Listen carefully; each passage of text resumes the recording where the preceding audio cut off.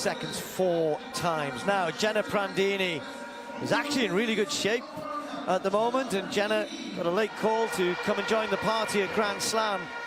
Recently was just under 11.1. Daryll Neita, one of Europe's best, one of Britain's best, has now moved over to be coached in the same group as Noah Lyles. Let's see how that's setting her up. Melissa Jefferson-Wooden, as she is now. Her last 100-meter race was in the Olympic final. What a race that was for her to remember. Just tune into that. See if she can reproduce that sort of form here. Tamara Clark. As I mentioned, some of these women will be looking to the 200, like Daryll Neita perhaps. Jenna Prandini's good 200. Tamara Clark can run a good 2 as well.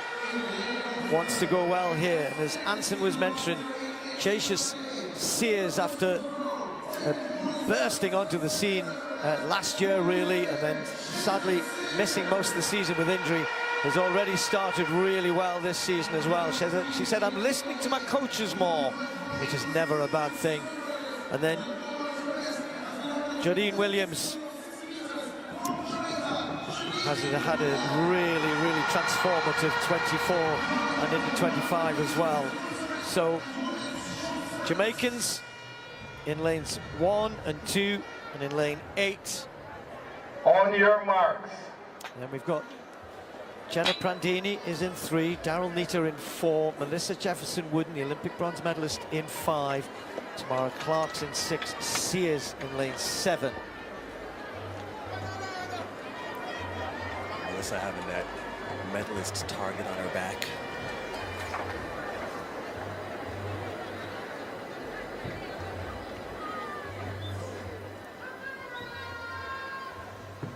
Set. Right in the middle there, Melissa Jefferson-Wooden got an excellent start over on the far side. Nelson going as well, and also Sears is right there, but here she goes. She's going to get a clear win. Prandini came through for 2nd place, but never in doubt. Melissa Jefferson-Wooden got out well, got to the front, and then dominated the race from there. That's scary. I was just going to say that, given what I said about how long it's been since she's run a 100-meter race, that was perfectly executed. Prandini finished quick, well done to her. A couple of races that set her up nicely, as we mentioned. Sears just faded a little bit when she looked as though she was going to get on terms. Never, ever a bad thing, you know, for an athlete to be in a happy place. Right, right. And late addition, Jenna Prandini. You get the call, you're chilling at home, hey, come to Jamaica and jump in this 100. You come here, and you come out with 2nd place, and she's more of a 200-meter specialist. Yeah. So she's in great position. Tomorrow, you get a phone call, hey, I got 100K for you. We all want phone calls like that. But as you can see, Jacius got out really well, and Melissa just held her form. Looking really strong in the latter part of the race. Very confident facial expression moving through the line. I like to keep an eye on the attitude, and I could see that there's a confidence there. And that always bodes well. That's somebody full of confidence, as you said. Look, even that tape around the neck, she doesn't even flinch. She probably didn't feel it. Just runs through it. I'm looking forward to her deuce with her finish. I agree, but with Prandini having run so well there, that's set up brilliantly. Daryll Neita settled a little below 2 meters per second. Late opportunity here for Maya McCoy, American, who now runs for Liberia. Not sure if she's been cleared of the major champs yet, but close to 11 seconds this year in Florida already. What a season Van der Weyken from Luxembourg's had. Bronze medal at the World Indoor Championships. Really good starter, as you would think from that. Now we've got the 2 fastest twins in the world. The Clayton twins. This is Tia, who's kind of overtaken her sister Tina, who started their career probably the quicker the better, if you like, but Tia's the one to look out for.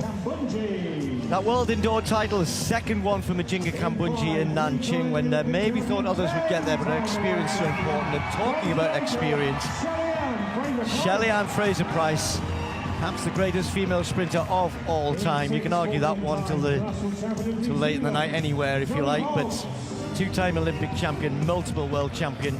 Zoe Hobbs of New Zealand next to her in lane 6. Then Amy Hunt of Great Britain. Many of these athletes were in China for the World Relays.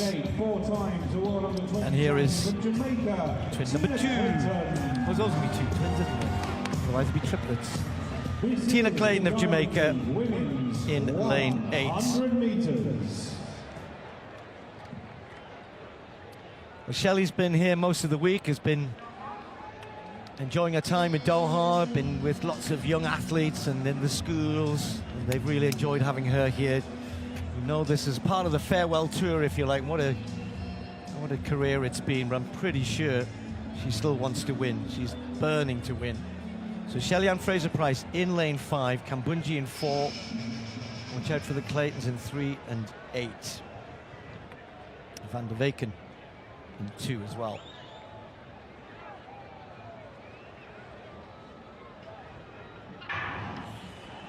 Kambunji gets a much better start than Shelly-Ann Fraser-Pryce, and also going well is Tia Clayton. Tia Clayton's just got this one at the moment. Van der Weken is close. It's going to be very tight on the line, but Clayton's going to get this. It's Tia Clayton, 10.92. Well, I said she's been running very well, and she's overtaken her sister career-wise, but now she's overtaking everybody else, and in fact, her sister may have just nicked second place on this side.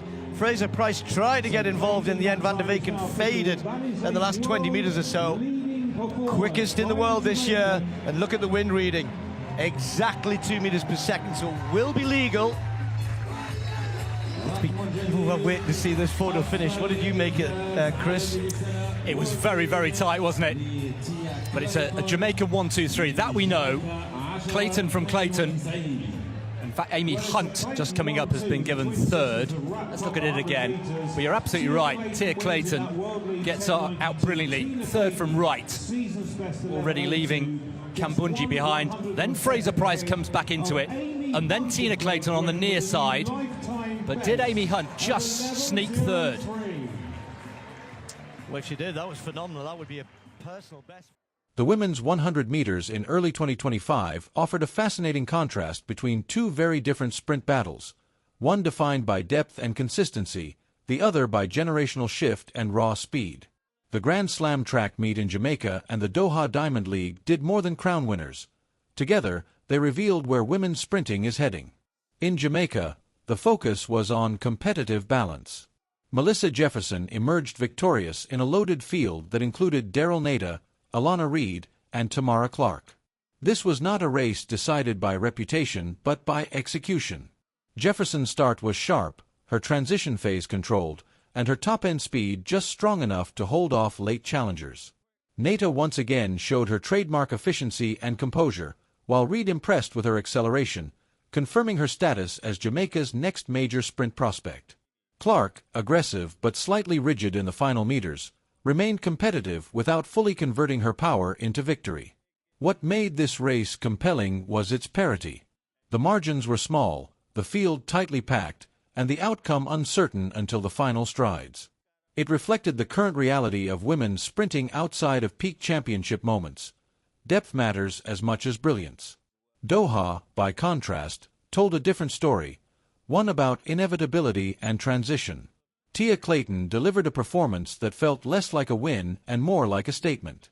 Against the legendary Shelly-Ann Fraser-Pryce, Clayton's race was defined by fearless execution. Her start was explosive, her drive phase relentless, and by halfway she had already imposed control. Fraser-Pryce, still technically sound and fiercely competitive, simply could not match the raw velocity of the new generation on this night. The presence of Tina Clayton alongside her twin reinforced the sense of a generational shift, while Mujinga Kambunji provided a reminder of elite European consistency. Yet Doha was ultimately about contrast, experience versus youth, legacy versus momentum. Together, these races define the 2025 sprint landscape.